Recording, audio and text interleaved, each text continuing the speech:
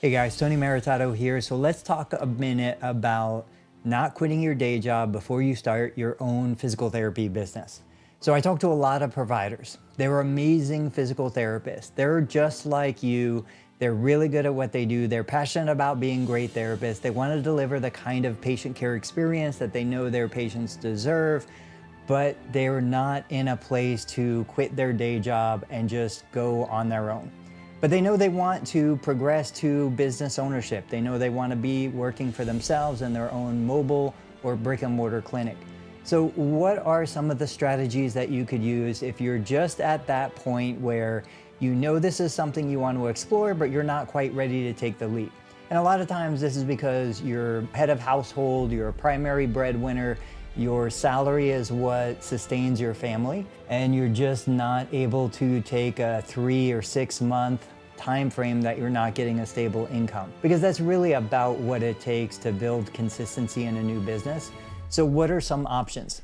Now, I'm a huge fan of saying don't quit your day job. Most of us, even though we started 15, 20 years ago, most of us had some sort of day job that we were maintaining while we were building the business. I can tell you my wife was a physical therapist. I was not. She would go work PRN in the afternoons. Then she would work 2 days a week PRN till eventually she went to no outside employment and just worked full-time in the business. But it probably took about a year. It was about a year before she did that. And then even when we hired our first employees, most of the clinical staff were still picking up PRN blocks of time because we couldn't afford to pay them a full-time salary and benefits and insurance and everything else. So it can definitely be done. One of the advantages I like for somebody to think about keeping their day job and starting their business on the side is it forces you to make different decisions.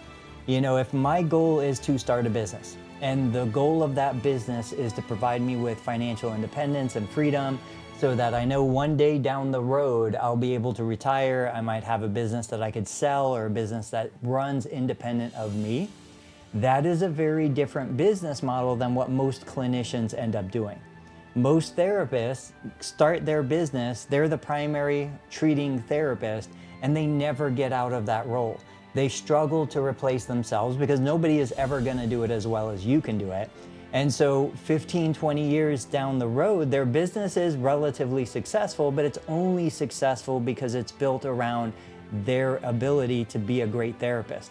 And they've never been able to replace themselves. They've never gotten the time freedom that they wanted when they originally thought they were going to start a business. So if you keep your 40-hour-a-week day job, first, you have a stable income. It's about 50% of what you would like to be making, but it is a stable income. It's guaranteed hours, it's got coverage for vacation, it's got benefits. There are a lot of perks when you're an employee. The second part is it forces you to hire somebody else to deliver the therapy service. If you can build a therapy business from scratch that isn't dependent on you being the primary therapist, that means that when you're ready to leave your day job and go into your business full time, it's already fully functional and not dependent on you. Then you can grow and scale to whatever size you want. You can treat patients because you want to treat patients, not because you have to treat patients. So my general guideline is do the best you can to build a business while you're still employed. If you find that you just absolutely cannot maintain a 40-hour work week and grow a business, then you switch. You go from 40-hour full-time to PRN. There are lots of PRN opportunities. Another underutilized asset is a company like Luna Physical Therapy. And if you guys want, I can build a full dedicated video to how I would build my side business on the Luna platform.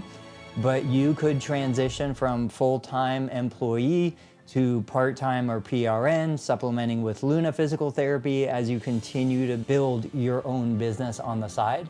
And I would say a good metric is that once you get to about 100,000 in revenue as a side business, that is when you would then take the plunge to go full-time into your own business leave the other employment. But before that, if you have the capacity, if you have the savings, if you're able to take a 3 to 6 month time frame without any income because everything's going to go back into the business, then absolutely go ahead and do it. But if you're like so many others and you just don't have that financial stability already, I really do think you could build a great business on the side while maintaining your full-time job until that business reaches 100,000 in annual revenue, at which point you would be ready to make the transition to full-time business owner.